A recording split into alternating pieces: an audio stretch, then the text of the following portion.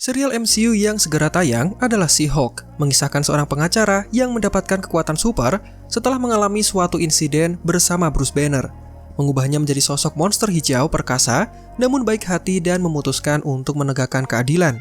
Trailer dan official clip dari serial ini sudah dirilis oleh Marvel Studios, menampilkan adegan yang seru, juga beberapa karakter penting yang dipastikan muncul untuk meramaikan serial ini. Selamat datang di channel Marvel Indo, dan berikut adalah daftar karakter penting yang muncul dalam serial She-Hulk. Karakter yang kami sebutkan di bawah terdiri dari karakter lama, juga karakter baru yang belum pernah diperlihatkan sebelumnya. Siapa saja mereka? Tapi sebelum masuk ke daftar lengkapnya, seperti biasa, buat kalian yang baru bergabung atau baru menemukan channel ini, silakan klik tombol subscribe-nya dan nyalakan lonceng notifikasinya, agar kalian menjadi yang pertama tahu tiap kali kami memposting video terbaru.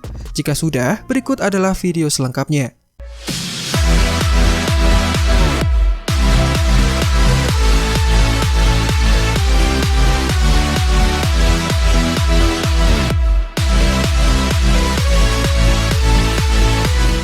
Karakter pertama yang akan muncul tentu saja adalah Jennifer Walters alias She-Hulk. Dimainkan oleh Tatiana Maslany, Jennifer Walters adalah seorang pengacara yang spesial karena ditetapkan sebagai pengacara dari divisi superhero, membuatnya menghadapi masalah hukum yang tentu berbeda dari permasalahan manusia biasa.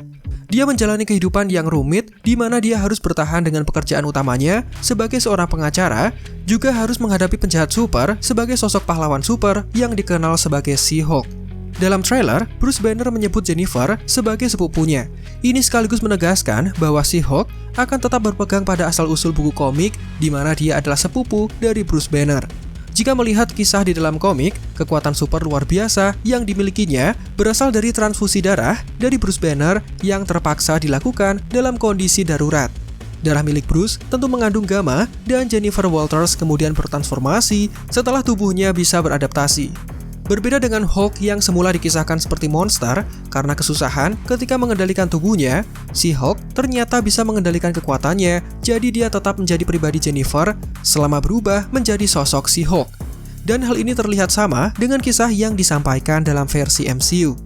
Salah satu yang menarik dalam kisah di serial ini adalah Jennifer Walters mengaku membenci pahlawan super dan dia tidak ingin terlibat dalam dunia mereka. Dan ini sudah diperlihatkan di dalam trailer saat Jennifer berbicara dengan temannya. Tapi mengingat ada adegan pelatihan bersama dengan Smart Hulk, Jennifer akhirnya bisa menerima takdir barunya dan akhirnya memutuskan untuk memerangi kejahatan di luar ruang sidang.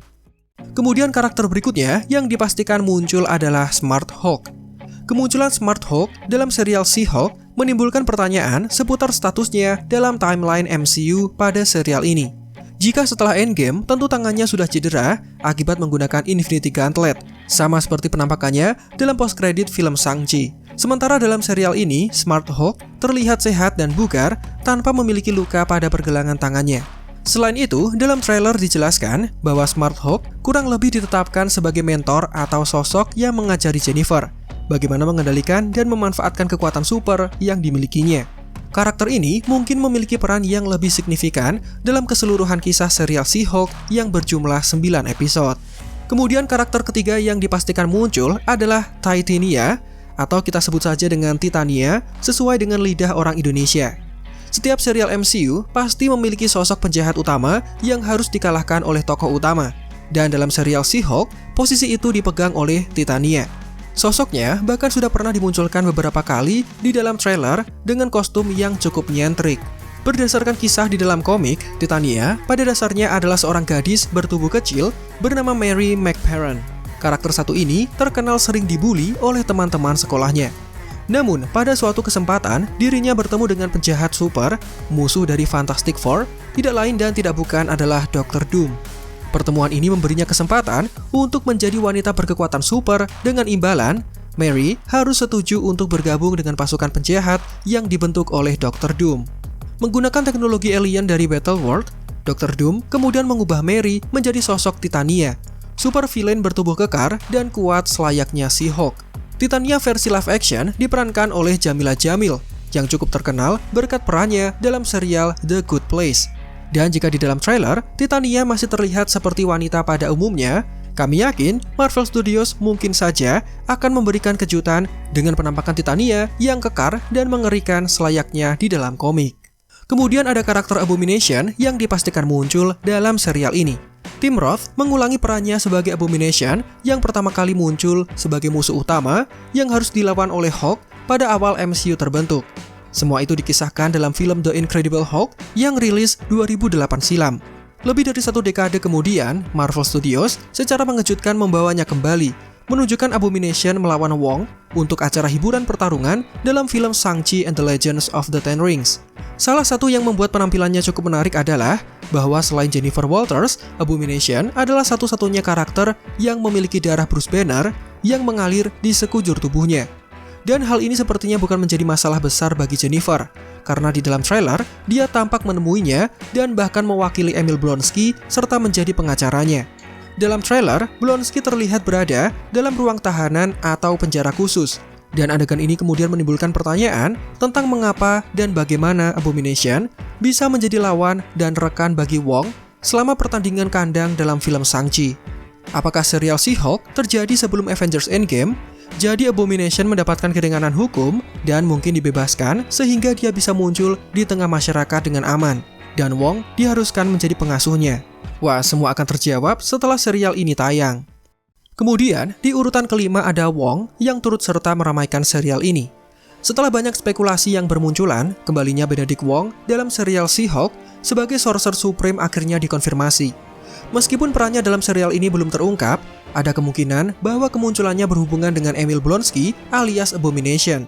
Hal ini kemudian bisa menjelaskan bagaimana keduanya akhirnya bertemu dan bertarung bersama dalam film Shang-Chi, dan mungkin menjelaskan adegan dalam film yang belum terselesaikan itu. Cuplikan dari She-Hulk menunjukkan bahwa Wong mengunjungi Jennifer yang masih bekerja di dalam kantornya, yang menunjukkan bahwa dia mungkin membutuhkan bantuannya dengan permasalahan hukum, sesuatu yang Wong tidak ketahui karena Wong lebih terfokus terhadap permasalahan sihir. Misteri hubungan Wong dan Abomination sangat mungkin dijelaskan dalam serial ini. Kemudian ada karakter baru yang sepertinya hadir untuk mencairkan suasana, dan dia adalah Frogman. Tidak seperti kebanyakan superhero Marvel, Frogman hanyalah manusia biasa. Dia memakai kostum buatan ayahnya yang sempat digunakan untuk merampok bank saat kondisi ekonomi yang sulit menghampiri keluarga Eugene Petilio. Kematian ibunya semakin menambah cobaan hidupnya. Nah, setelah ayahnya ditangkap, Eugene kemudian mengambil kostum katak tersebut dan menambahkan penemuan teknologi seperti pegas elektrik yang membuatnya bisa melompat sangat tinggi. Eugene kemudian bersumpah untuk menjadi superhero dan mengenakan kostum katak demi membersihkan nama ayahnya yang sempat menjadi kriminal. Entah kisah tersebut akan diadaptasi dalam versi live action atau tidak, yang jelas karakter ini sepertinya tidak memiliki peran yang besar dalam kisah serial She-Hulk. Dan karakter terakhir yang dipastikan muncul dalam serial She-Hulk adalah Daredevil. Seperti yang ditampilkan dalam adegan terakhir di dalam trailer, Jennifer akan bertemu dengan pengacara terkenal MCU yang lain. Dia adalah sosok Man Without Fear, Matt Murdock alias Daredevil, yang dipastikan ikut meramaikan serial ini. Kejutan ini kami rasa sangat berarti, terutama bagi kalian yang merupakan fans berat Daredevil, yang selalu mengikuti kisah-kisahnya. Tidak ada karakter MCU yang lebih beruntung dari Daredevil yang diperankan oleh Charlie Cox. Setelah kelanjutan dari season 3 yang dibatalkan, hal itu tentu membuat masa depan Matt Murdock menjadi tidak pasti. Kemudian, dia datang sebagai cameo dalam film Spider-Man No Way Home, dan serial yang semula tayang di Netflix akhirnya rilis di Disney+. Tidak sampai di situ saja, Matt Murdock akan muncul sebagai Daredevil dalam berbagai proyek MCU mendatang, termasuk She-Hulk, Echo, Spider-Man Freshman Years, dan mendapatkan serialnya sendiri yang berjudul Daredevil Born Again. Dalam serial She-Hulk sendiri, terlihat Daredevil mengenakan setelan baru yang didominasi warna merah serta kuning, mengingatkan kita pada kostum klasik versi komik.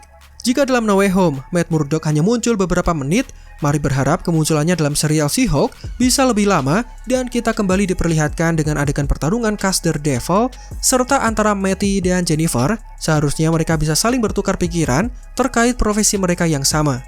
Kita tunggu saja seperti apa kisah yang dibangun dengan kehadiran Daredevil dalam serial ini. Dan itulah 7 karakter penting yang dipastikan akan muncul dalam serial She-Hulk. Mana dari daftar di atas yang pengen banget kalian saksikan kemunculannya? Silahkan tulis pendapatnya di kolom komentar. Serial She-Hulk siap tayang 17 Agustus hanya di layanan streaming Disney Plus Hotstar. Demikian video kita kali ini, silakan like jika menurut kalian videonya menghibur dan informatif. Subscribe juga bagi yang belum. Marvel Indo out, sampai jumpa di video lainnya.